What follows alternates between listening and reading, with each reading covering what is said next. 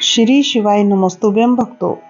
श्री शिव महापुराण पंचम युद्ध खंड का तीसरा अध्याय शीर्षक है भूतों और त्रिपुरों का धर्म।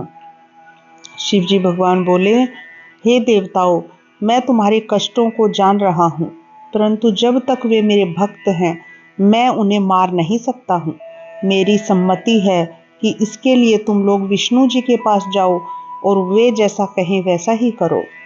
तब यह सुनकर इंद्र आदि देवता ब्रह्मा जी को अग्रणी बनाकर उन्हें विष्णु जी के पास लेकर के गए।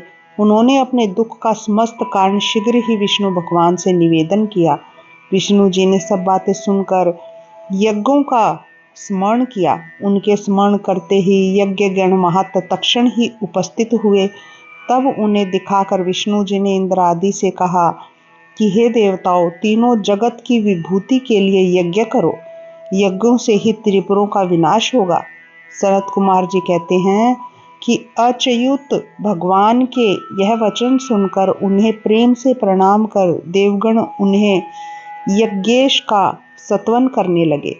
उस यज्ञ कुंड में एक महान शरीर वाला शूल शक्तिधारी हजारों भूतों का समुदाय निकल पड़ा।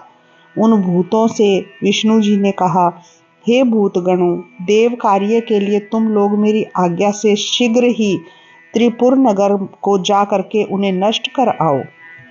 विष्णु जी के इन वाक्यों को सुनकर वे भूतगण दैत्यों के त्रिपुर नगर को चले गए, परंतु जो ही वे उस पुर में प्रविष्ट हुए त्यों ही त्रिपुरों के तेज से वे भस्म हो गए। जो बचे वे विष्णु जी के पास वापस भाग आए। उनका संहार सुनकर विष्णु जी चिंतित हो गए। उन्होंने कहा, कुछ भी हो, धर्मात्माओं का नाश नहीं हो सकता है। अभी त्रिपुर धर्मात्मा है, उन्हें कौन मार सकता है। शिव का पूजक तो कैसा भी पापी हो, पापों से मुक्त हो ही जाता है। यह विचार कर विष्णु जी ने देवताओं से कहा कि अब आप लोग अपने घर जाइए, मैं यथा साध्य आपकी सहायता करूंगा। नहीं होगा तो उन दैत्यों को रुद्र से विमुख कराकर भस्म कर दूंगा। सनत कुमार जी कहते हैं, उनकी आज्ञा मानकर देवता अपने धाम को आए। विष्णु जी उनके हित का विधान करने लगे। उसी सर्व पाप नाशक वृत्तांत को मैं तुम्हें सुनाती हूँ, सुनो। इस प्रकार श्री शिव महापुराण पंचम युद्ध खंड का तीसरा अध्याय समाप्त होता है।